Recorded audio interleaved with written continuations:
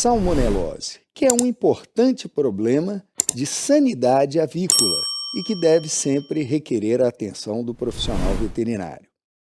O objetivo dessa aula é mostrar o grupo de doenças causados por esta bactéria e a importância tanto na saúde pública quanto na avicultura em geral.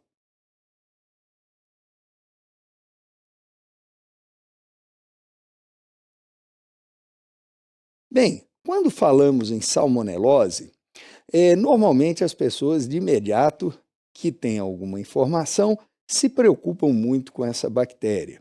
Mas é importante salientar que, na verdade, existem várias bactérias pertencentes a este grupo e nem todas causam essa ou aquela doença. Assim, nós temos grupos de importância na avicultura, grupos que causam doenças de importância na avicultura, e outros grupos que causam importantes doenças no ser humano, e algum desses grupos são zoonoses. Vejamos então.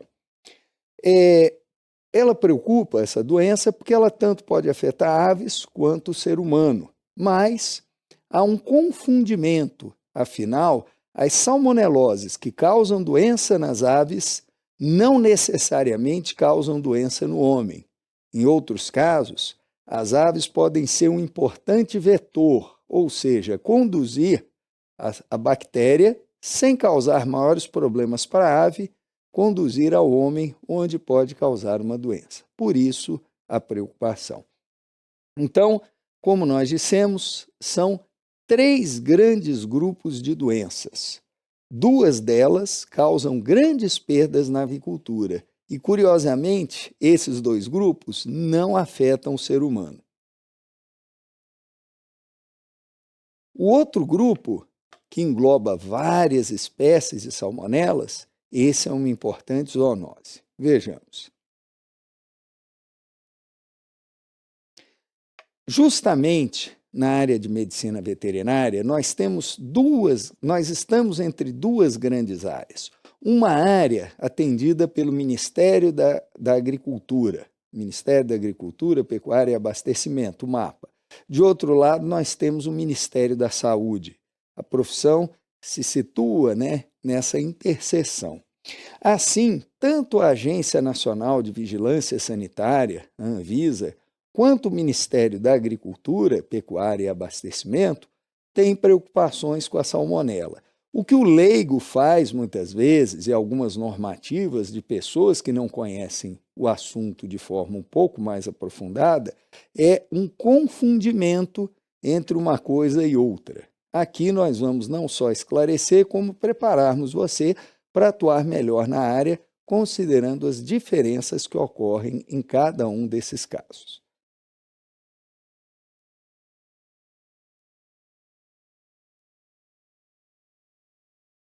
Bom, quando nós falamos então no conjunto das salmoneloses, nós dividimos, do ponto de vista da sanidade avícola, em 3 grandes grupos. O tifo, a doença chamada tifo, causada pela Salmonella gallinarum. A pulorose, causada pela Salmonella pulorum. A palavra polo, em espanhol, frango, poulet, em francês, polum, em latim, significa frango, galinha, E por isso o termo em latim tem essa proximidade. E, finalmente, nós temos o paratifo. No passado, esses nomes vieram quando ainda não se conhecia tanto de microbiologia. Várias dessas doenças assemelhavam-se a doenças que causavam muitas mortes no ser humano. Então, eles deram os mesmos nomes, apesar dos agentes etiológicos, dos micro-organismos que causam a doença humana, não terem, às vezes, nenhuma relação com aquela da avícola, Como, por exemplo, febre tifoide humana, tem outra etiologia, outro agente causal, mas ficou por tradição. O paratifo, salmonela ali específico, engloba diversas espécies de salmonela que normalmente podem, sim, nós temos aqui relatos, causar problemas nas aves, mas normalmente não causam problema na ave E com isso, o homem pode consumir frango, ovos contaminados com essas bactérias e ter problemas, normalmente intestinais, com o consumo dessas famílias de salmonelas, que possam, com esses grupos, digamos, de salmonelas que podem estar ali presentes. Em alguns casos, alguns deles causam problemas na ave, mas nesse caso a ave não vai ter postura, não vai se utilizar uma carne de uma ave doente. Então, quando a ave apresenta os sinais, normalmente não é um problema de saúde pública. Mas nesse grupo, quando a ave não apresenta os sinais e a bactéria apenas se aloja ali naquele local, aí sim pode causar contaminação do consumidor humano, sendo por isso um problema de saúde pública. E é exatamente por isso que o grupo do Paratifo preocupa o Ministério da Saúde, a vigilância sanitária, que também são áreas de atuação do médico veterinário. Mas a Salmonella pullorum e a Salmonella gallinarum podem causar enormes prejuízos à avicultura, inclusive nacional. Por isso, e apesar de não causarem mal ao ser humano, tem grande preocupação do Ministério da Agricultura. Então fica claro que são coisas diferentes, embora de mesmo gênero de bactérias causais.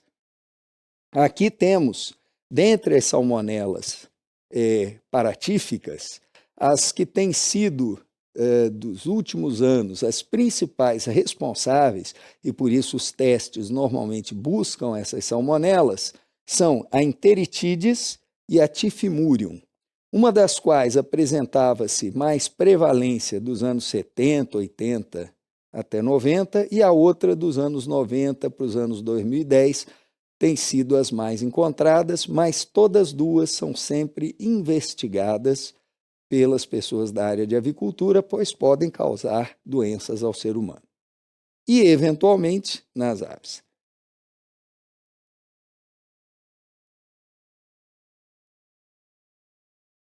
Bem, o gênero, então, Salmonella, tem esse nome porque um cientista norte-americano, de nome Salmon, descreveu essa bactéria, esse micro-organismo, há cerca de 100 anos atrás.